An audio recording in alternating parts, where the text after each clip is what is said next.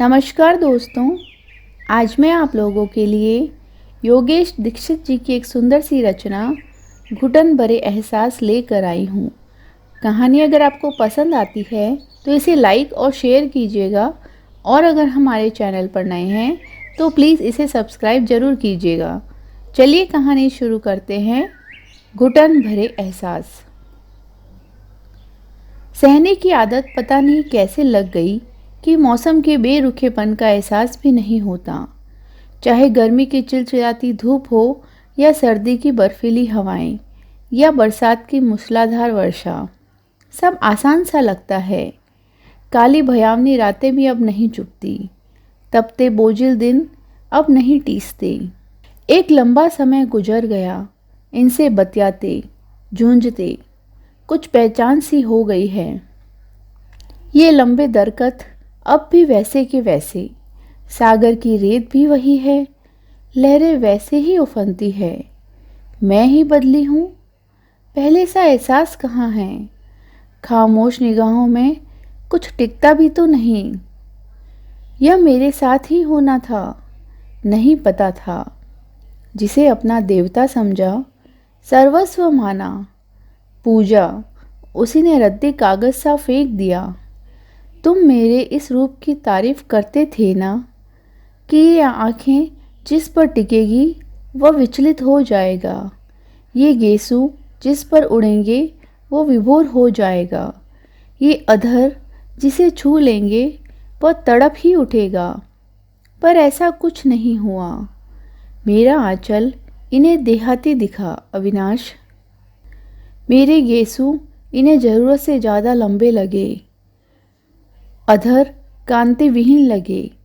ज़रूरत पर ही मेरे करीब रहे, बदन को गठरी सा उठाने पटकने में ही इन्हें सुख मिला। अंदर का मर्म इन्होंने नहीं समझा। वासना की निगाहों से ही मुझे तौला। चूड़ियों की खनखनाहट इनके प्रेम में बाधक थी, इसीलिए कलाइयाँ सूनी कर ली थी, जो अभी तक सूनी हैं। भर नहीं पाई मेरे माथे की बिंदी, पैरों की पायल भी इन्हें पसंद नहीं थी, उसे भी निकाल दिया था। तुम तो पायल की रुंझुन पर गीत लिख देते थे और बार बार छेड़ने को कहा करते थे। इन्हें इसमें ऐसा कुछ नहीं लगा। साड़ी इन्हें पसंद नहीं थी, विदेशी भड़कीली पोशाक ये पसंद करते थे। तुमने तो कई बार मेरा झूलता आंचल खींच सिर तक कर दिया था। तुम्हें कैसी अनुभूति हुई थी? तुम घंटों मुझे देखते ही रहे थे, पर इस रूप में जब भी मैं इनके पास गई तो ये भड़क ही उठे। मेरी लज्जा शर्म को इन्होंने निरर्थक समझा। मैं वैसा कुछ कर ही नहीं पाई जैसा ये चाहते थे। खुले भड़कीले कपड़ों में मेरी कंपकपी छूट जाती थी। हाई हील की सैंडलों में मुझसे चला ही नहीं जाता। ये मुझे अपने दोस्तों की मंडली में बैठने को कहते, बियर पीने की ज़बरदस्ती करते। मैं इनका साथ नहीं दे पाती तो ये मुझ पर बरस पड़ते। जलसों पार्टियों में मेरा झिझकना, शर्माना, कतराना इनसे सहन नहीं होता। घर आकर ये अपना गुस्सा मुझ पर उतारते, गालियों से भर देते। ये मुझसे कैसी उम्मीद बांधे थे? मुझे घर ब्याह कर लाए थे कि मेरी नुमाइश बनाने। जो इन्हें पसंद था वह मुझे नहीं, और जो मुझे पसंद था वह इन्हें नहीं। मैंने क्या नहीं किया। घंटों इनकी प्रतीक्षा की, जब तक ये ऑफिस से नहीं लौटे। एक कौर तक नहीं निकला। कर्तव्य परायणता में लगी रही। जरासी आहट पर दरवाजे पर दौड़ पड़ती, गेट खुला ही रखती कि जब ये आए तो इन्हें स्कूटर बाहर न रोकना पड़े। लेकिन जब अंधेरा गहरा जाता, सड़क सूनी हो जाती, तो गेट बंद कर बिस्तर पर लेटी रहती। रात देर से आते ही ये बिस्तर पर ऐसे लुढ़कते कि इन्हें जूता खोलने का भी होश नहीं रहता। मैं ही इनके जूते खोलती। मुझे अपनी बेबसी पर रोना आता कि मेरे रूप का तिलिस्म, मेरे रिश्ते का आधिपत्य इन पर क्यों नहीं चला। ये उछटे उछटे क्यों रहते हैं? आंख उठाकर बात क्यों नहीं करते? मुझे अपने आप से ग्लानि होती। कि मुझ में ऐसा क्या अवगुण है कि जिसकी दुर्गंध इनके नथुनों पर बैठी है। कुछ कमी अवश्य है मुझ में, तभी तो ये मुझसे इतनी दूर रहते हैं। कोई दंपति जब मेरी नज़रों के सामने से गुजरता तो मेरे अंदर एक टीस सी उठती। ये लोग कितने खुश हैं, रोज ही घूमने निकलते हैं। एक हम ही अंधेरे में हैं, इन्हें फुर्सत ही नहीं है। मुझसे इतना साहस नहीं होता कि मैं अपने तृप्त होठ इनके चेहरे पर रख देती, इनका सीना भींच लेती। ये एहसास तो करते कि मेरे अंदर भी एक धड़कता दिल है, जिसकी कुछ उम्मीदें हैं, आवश्यकताएं हैं। कभी इन्होंने मुझे आत्मिक प्रेम से नहीं देखा। काश ये एक बार कोशिश करते तो इन्हें वह अवश्य मिलता जिसे ये इधर उधर तलाशते थे। बाहरी चमक दमक के ये इतने दीवाने थे कि अपनी पहचान ही खो बैठे थे। शराब जुए को ही अपना जीवन समझ बैठे। फिर भी मैं कभी इनके आड़े नहीं आई। इनकी स्वतंत्रता में मैंने कोई दखल नहीं दिया। अपनी इच्छाओं का गला घोटकर इन्हें समर्पित रही कि कभी तो ये सुध लेंगे। ये अपने मन की बात करते, बात बात पर चिल्लाते रहते, बरसते। मैं छल छलाती आंखों से सब सहती, अपने को ही कमज़ोर समझती रही। इनकी पहुंच भी तो दूर दूर थी। बड़े बड़े लोग इनसे मिलने आते थे। मेरी हैसियत भी क्या थी। एक दिन इन्होंने अपना बिस्तर भी दूर कर लिया, अपनी मनपसंद युवती को घर ले आए और रासलीला में मग्न हो गए। मुझ पर वज्रपात हुआ। पति सेवा की भावना सिसक कर रह गई।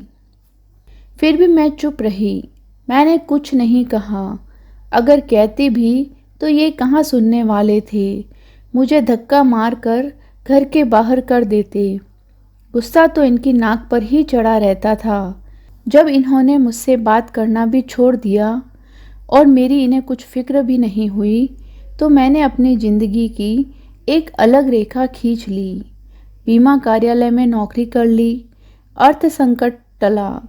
रोज़मर्रा की आवश्यकताएं पूरी होने लगी। किसी के आगे मुझे हाथ नहीं फैलाना पड़ा। ये जब भी दिखते अपनी ही मौज मस्ती में डूबे मिलते। मैं आहत हो जाती। फिर सोचती, चलो खुश तो हैं। इन्हें पराजित करने की भावना मेरे अंदर कभी नहीं उठी और न कभी मैंने प्रतिकार लेना चाहा। संबंध एक तरह से विच्छेद हो चुके थे। इनके कहे रात रात भर गूंजते रहते। मेरा ध्यान उस तरफ भी नहीं गया। ये अपने में मस्त थे। मैं अपनी घुटी जिंदगी में व्यस्त हो चली थी। मेरे अंदर कभी दूसरे जीवन साथी का ख्याल नहीं उठा और न मैंने इस बारे में सोचा। नौकरी की व्यस्तता में मैं इस तरह बह गई कि कोमल अनुभूतियों को अंकुरित होने का अवसर ही नहीं मिला। मैंने इस बारे में जितना भी सोचा उतना ही दर्द मिला। इस तरह से इनको विसार ही दिया। तो मैं कह रही थी, जब मेरे संबंध इनसे पूर्णतः टूट चुके, तब ये एक दिन थके मांदे से निराश मेरे पास आए। मैं देखती रह गई कि इन्हें इतने वर्षों बाद मेरा ख्याल कैसे आया। इनकी नज़रें नीचे झुकी थी। ये मुझसे नज़र भी नहीं मिला पा रहे थे। आहत स्वर में बोले, मैं बर्बाद हो गया वंदना, मुझे बचा लो। मैं अवाक सी रह गई। ऐसा क्या हुआ? कल तक तो बड़े खुश थे। जरूर वह इन्हें छोड़कर भाग गई। नशा उतर गया तो चले आए। जैसे एकमात्र दवा मैं ही हूँ। यह सोचकर मेरा मन कड़वा हो गया। मैंने झट से कहा, आपको मेरा ख्याल कैसे आया? कौन हूँ आपकी? वो नाराज़ न होगी? उसका नाम मत लो, वो कमीनी। मैं स्तंभित रह गई। मेरा अनुमान सही निकला। आखिर वह इन्हें चुना लगा ही गई। मैं तो उसे पहले दिन ही समझ गई थी कि वह अधिक दिन नहीं टिकने वाली। उसके हाव भाव ही ऐसे थे। लज्जा तो उसे छू नहीं गई थी। मर्दों से बेबाक बात करती, इटलाती, झूमती। इन्हें भी तो यह पसंद था। आज मेरी जरूरत कैसे आ पड़ी? ये देहाती गंवार चेहरा कैसे भाया? जिस हृदय को इन्होंने धड़कता नहीं समझा, जिस यौवन का उन्माद नहीं जाना, आज उन्हें इसका ख्याल कैसे आया। मैंने कहा, मैं क्या कर सकती हूँ। ये ज़ोर ज़ोर से सिसक पड़े और सिसकियों के बीच में बोले, वंदना मुझे माफ़ कर दो, मैंने तुम्हें बहुत दुख दिए, बहुत तड़पाया, उसका प्रायश्चित मुझे कर लेने दो। इनके आंसू मुझे बेध गए। कहना तो बहुत कुछ था, लेकिन कुछ कह नहीं पाई। गहरा निश्वास लेकर रह गई। मुझे खामोश देखकर ये गिड़गिड़ा उठे, कुछ तो कहो वंदना, बोलो, तुम बोलती क्यों नहीं। मुझे गालियाँ दो, कुछ तो बोलो। मेरे होठ से एक शब्द भी नहीं निकला। मैं तुरंत बाहर निकल आई। ये सिर पकड़कर नीचे बैठ गए। मैं तत्काल निर्णय नहीं कर पाई कि मुझे क्या करना चाहिए। पल में 10 वर्षों की घुटन कैसे भुला देती, कैसे इनका भरोसा करती कि ये सच कह रहे हैं। ये अब घर के बाहर नहीं निकलते, न अब इनके यहाँ शोरगुल होता है, न पार्टियाँ चलती है। मौत से खामोशी छाई रहती है। कभी कभी सिसकियों की आवाज़ें भी मेरे कानों में पड़ती हैं। मन होता है कि जाकर इनका हाथ थाम लूं, आंसुओं से तर चेहरा आंचल में छुपा लूं, लेकिन अतीत मेरे सामने पसर जाता है। घुटन के बीच कुछ एहसास भी तो नहीं होता। तो कैसी लगी आपको योगेश दीक्षित जी की ये रचना घुटन भरे एहसास। कहानी पसंद आई है तो लाइक शेयर कीजिएगा और हमारे चैनल पर नए हैं तो प्लीज़ सब्सक्राइब कीजिएगा। मिलती हूँ किसी नई रचना के साथ में, तब तक अपना ख्याल रखिए।